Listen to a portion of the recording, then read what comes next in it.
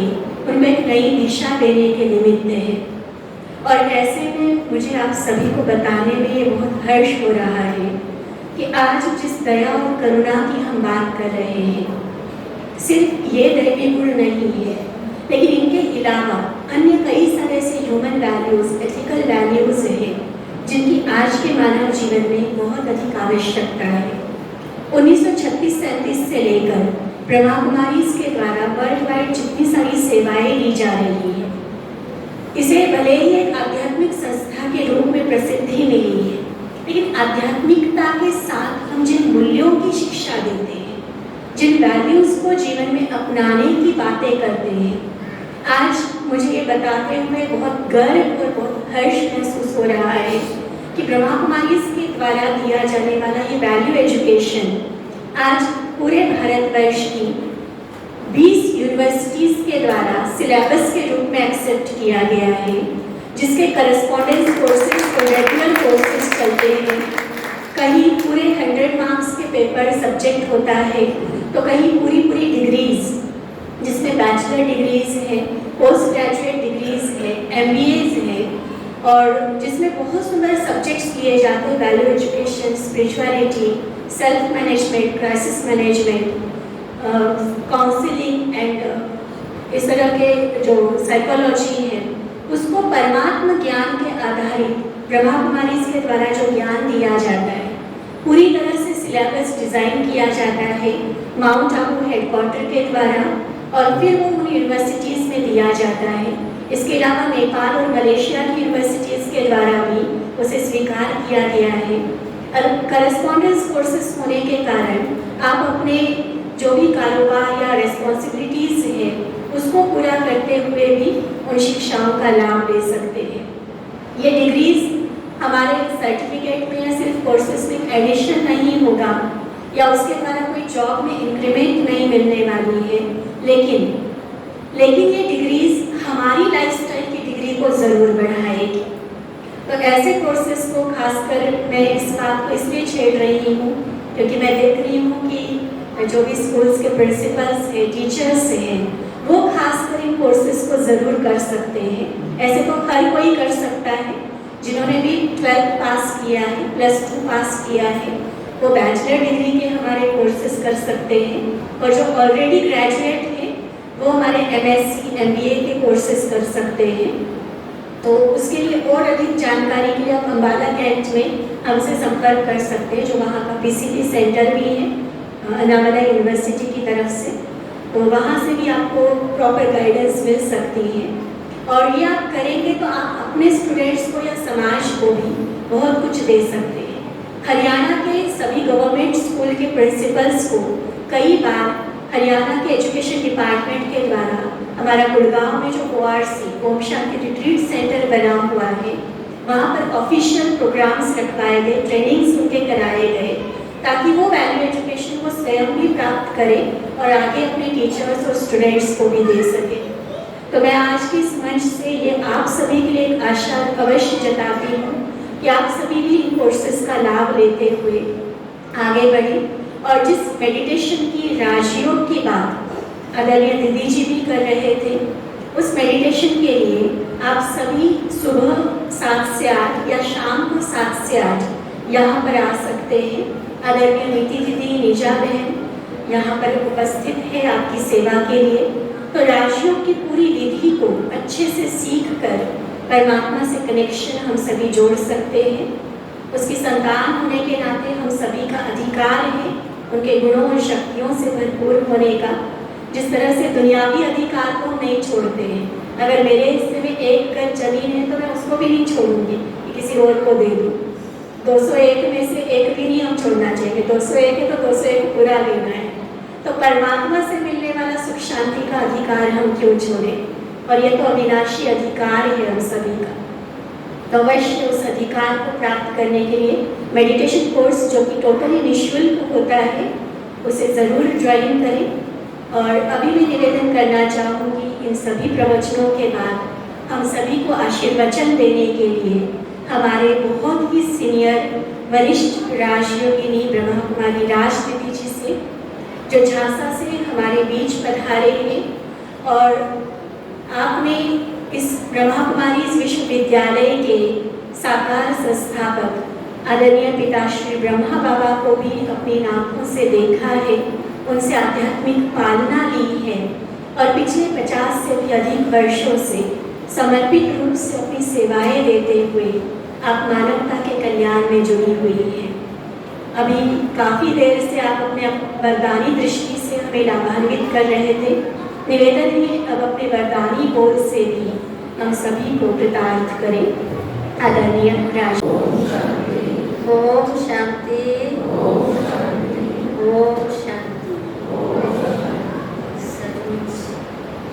आज इस सभा को देख करके बहुत खुशी हो रही है कि अपने नीति बहन ने, जैसे मैं कहा कि आपको आना है, काफी समय से प्रोग्राम तो बना रहे थे, लेकिन जब समय आता है तो सचमुच इस बाबा के भवन में आते ही ऐसे अनुभव लगा कि जैसे हम सचमुच मिलने मतलब पहुंच गए।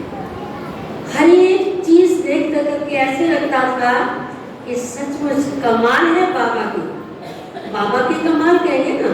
भले आप सबने मेहनत की, नीति बहन ने की, निजा बहन ने की, लेकिन कराने वाला कौन है?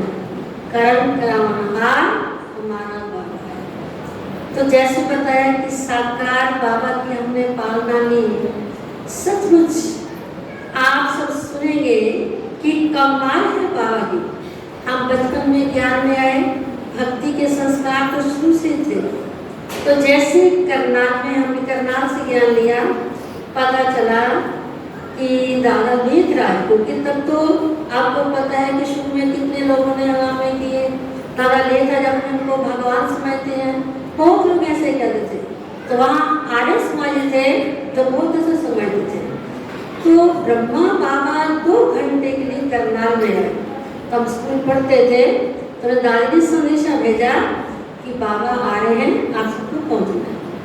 तो जैसे ये आवाज़ सारे करनाल में फैली, आर्य समाजिक में ऐसे आए देखने के लिए कि कमाल है। दादा लेख रहा जो अपने को भगवान समझते हैं, वो किस रूप में आएंगे, वो सब देखने के लिए आए। तो जैसे हम सब स्कूल से छुट्टी लेकर पढ़ते थे, गए, बाबा तो धोती कुर्ता पहना होगा साधारण रूप से। जैसे बाबा सामने स्टेज पर बैठे, बाबा ने ऐसी दृष्टि दी, तो दृष्टि देते ही तो पीछे आर्य खड़े हुए थे, उनको ऐसा अनुभव हुआ कि ये तो कोई साधारण व्यक्ति नहीं है, ये तो कोई विशेष शक्ति है। तो देख करके बहुत हैरान हो गए। और जो उन्होंने इतना पहले शोर मचाया हुआ था, इतना कुछ कहते थे, एकदम से शांत। और दूसरी बात, सारे करनाल में शोर मचा कि ये तो कोई परमात्मा की शक्ति है, ये तो कोई विशेष आत्मा है, ये कोई साधारण नहीं है। तो मेरा कुछ स्वभाव था तो मैं कम बोलती थी शुरू से ही।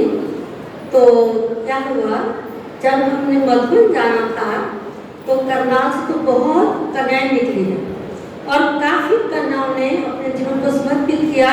और इसके साथ साथ हम देखते हैं तो सबको कहते चलो चलना मधुबन, ठीक है हम मधुबन गए। मैं तो बोलते नहीं हूँ, क्योंकि ब्रह्मा कुमारी बनना, स्टेज पर आना माना क्या माना, भाषण करना, बाबा का संदेश देना।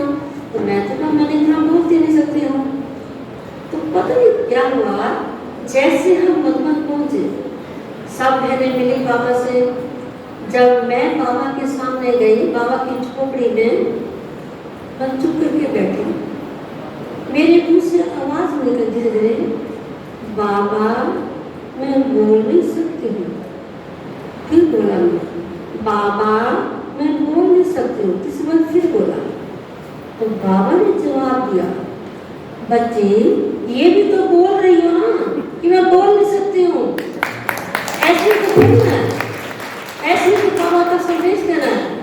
तो बस एकदम मुझे एकदम कुछ नहीं पता लगा, एकदम मैं बाबा की दृष्टि लेकर के बस वो बाबा का वरदान जो आप बाबा ने यहाँ लाकर के खड़ा किया। सचमुच मैं कहती हूँ बाबा के इतना प्यार। और मम्मा भी करनाल में 2-3 बार आई, मम्मा से भी पालना बहुत थी। तो मम्मा की जब पालना थी वो सचमुच माँ की दृष्टि, माँ का बोल करना। जब मम्मा की बहन ने नाटक किया, मम्मा आप तो शीतला हो, आप तो काली हो, आप तो देवी हो, आप सब देख लो कि देवियों का। इस प्रकार जब उसने नाटक किया तो सबके आंखों में आंसू आए। लेकिन एक बहन ऐसी थी जो अनपढ़ थी, वो बाहर बैठी बर्तन साफ कर रही थी। उसके मन में आया सब तो मम्मा से मिल रहे हैं, मैं कैसे मिलूंगी मम्मा से। लेकिन क्या कहते हैं, जिनका प्यार होता है तो क्या होता है। मम्मा ने जब क्लास करवाई, क्लास करने के बाद मम्मा जब उठे, बाहर के देखा तो वो बहन बैठी हुई है, नीलोमणि की शीला बहन थी, वो बर्तन साफ कर रही। तो मम्मा ने उसको ऐसे बुलाया, वो जैसे उठ करके आई, मम्मा ने उसको गले लगा लिया। अरे वो मन उसका इतना शांत शीतल हो गया, हाय मम्मा ने इतना प्यार किया। मैं तो सोच रही थी कि मैं मम्मा से मिल नहीं पाऊंगी, मैं तो बोली थी मैं ऐसे अनपढ़ हूँ, लेकिन भगवान का बच्चों से इतना प्यार। तो इस प्रकार से हमने मम्मा की भी पालना ली, साथ साथ बाबा की भी पालना ली। तो सचमुच आज हम खड़े हैं तो बाबा की स्मृति से खड़े हैं। परमात्मा कर्म कराहार। अब उसने सुन रहे थे कि एक स्थान पर सेवा केंद्र पर क्लास चलती थी, और वहां पर क्या होता था, एक भाई मुरली रोज सुनता था। क्लास करने के बाद जब क्लास पूरी होती थी तो 5-6 भाइयों को लेकर के खड़ा हो जाता था। ये अपने को भगवान समझता है, ये रात को तो जुड़ते थे ना, मुरली लिखता कहता भगवान सुनाता है। तो ऐसे ऐसे उसको वो बोलता था बात। तो दादी को बड़ा लगा कि ये क्या करता है, मुरली भी रोज सुनता है और फिर ऐसे ऐसे बोलता है। बाबा को पत्र लिखा मतलब में कि बाबा ऐसे ऐसे जिज्ञासु है, वो क्लास करता है, सेवा भी करता है, हर बार भाइयों के साथ ऐसे डिस्कस करता है। भगवान सर्वव्यापी ऐसे कहते हैं, गीता का भगवान कृष्ण ने ऐसे कहते हैं, मैं उल्टा उल्टा बोलता था।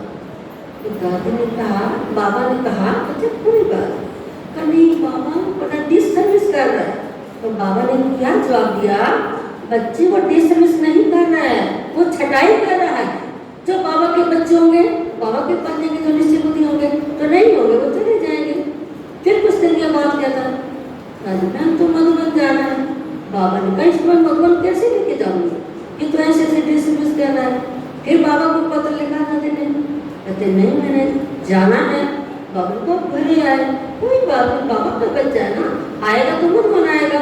कहते नहीं बाबा, वो आपकी इंक्वायरी करने आ रहा है, वो ऐसे नहीं आ रहा। और का फिर क्या। तो जैसे वो मधुबन में गया, सामने बाबा बैठे हुए थे, तो क्या उसने देखा, जैसे मुरली शुरू हुई तो ऊपर से एक लाइट आई, ऐसे धीरे धीरे लाइट आई और ब्रह्मा बाबा की प्रकृति। अब वो देखता मुरली शुरू हुई, जब मुरली पूरी हुई तो धीरे धीरे वो लाइट तो देखता रहना। अरे मैं तो समझता था ये खुद लिखते हैं और ये फिर सुनाते हैं, लेकिन नहीं, ये तो कोई परमात्मा की शक्ति है। स्वयं उसने देखा तो उतना उसको निश्चय हुआ, और उसके बाद उसने इतनी सेवा की। कहते हैं ना, किसको निश्चय किस प्रकार से हो सकता है, तो स्वयं परमात्मा ने प्रवेश करके उसको इस बात का निश्चय करवाया। उसके बाद तो अनेक बार उसने सेवा की और इतना खुश हुआ कि सचमुच बाबा कहते हैं बच्चे, जिन बच्चों ने सेवा करनी है, जो मेरे सिकिलर बच्चे हैं, लाडले बच्चे, बाबा कितना प्यार से कहते हैं कि वो मेरे प्यारे बच्चे, वो मेरे लाडले बच्चे हैं। बाबा कहते मैं कितने दूर से आता तुम बच्चों को पढ़ाने के लिए। कभी सोचा भगवान से मैं सब पढ़ेंगे, सचमुच ऐसा अनुभव करेंगे तो सचमुच परमात्मा की पालना हम लेकर के, जैसे आज हम ये थीम बताए थे दया करुणा, कि परमात्मा बच्चों को यही तो सिखा रहा है कि बच्चे सब पर दया कृपा करो। तो जब हमारे पास ये अपना भंडार भरपूर होगा तभी तो हम कर सकेंगे ना दूसरों को। तो नया विश्व, नया संसार आने में कोई देरी नहीं है। अब इस सृष्टि का परिवर्तन होने वाला है। हम सब देख रहे हैं कि सभी की पुकार क्या है, सभी कैसा चल रहा है। इसलिए बाबा बच्चों को क्या कहता है कि बच्चे सब कुछ अचानक होना, हम देख रहे हैं अचानक क्या होगा, अचानक एवर रेडी और बहुत काम का अभ्यास, ये बातें सदा याद रखें। तो जब हम बहुत काल का अभ्यास होगा तो अंत के समय क्या होगा, हमें किसी प्रकार की दिक्कत नहीं होगी। बाबा क्या कहते हैं, बच्चे बार बार अपने आप को आत्मा समझो, आश्चर्य बन जाओ। अंत के समय ये तो करना है। संपूर्ण हमारा वास्तव में स्टेज क्या है, अब ये ब्राह्मण है, ब्राह्मण से फरिश्ता, हमको देवता बनना है। लेकिन देवता बनने से पहले हमें अपने अंदर गुणों को धारण करना है। इसलिए बाबा कहते बच्चे अभी यही समय है, भगवान धरती पर आज इतना कार्य कर रहे हैं, ऐसी कोई आत्मा रह न जाए तो जिसको परमात्मा का संदेश न मिले। तो आज ये कार्यक्रम रखा गया है इसलिए कि आज जितने भी गांव है, शाहबाद में जितनी भी आत्मा है, कोई ऐसी आत्मा रह न जाए जिसको बाबा का संदेश न मिले। हम रोज सुनते रहते हैं, नीति बहन कोई ना कोई प्रोग्राम करते रहते हैं, देखते रहते हैं, अथक सेवाधारी है। कभी कोई प्रोग्राम कर रहे हैं तो कभी कोई प्रोग्राम कर रहे हैं। तो कमाल है बाबा की, सचमुच आप सबके सहयोग से इतना बड़ा जो सुंदर भवन बना है, इसको देख करके तो दिल इतना खुश होता है कि सचमुच आप सब और आत्मा को भी लेकर के जो अनुभूति आप सब कर रहे हैं तो और भी आगे की अनुभूति करें। सचमुच में तो यही सबके प्रति शुभकामना है, शुभकामना है कि ये कार्यक्रम और बढ़ता रहे, सेवा और बढ़ती रहे। हमारे नीति बहन, निर्जन और आप सबके सहयोग से सत्य के कार्य और बढ़ता रहेगा और बढ़ता रहेगा। शुभकामना है, शुभकामना है। ओम शांति। आदरणीय राष्ट्रपति जी का जोरदार तालियों से जी का हम धन्यवाद करते हैं।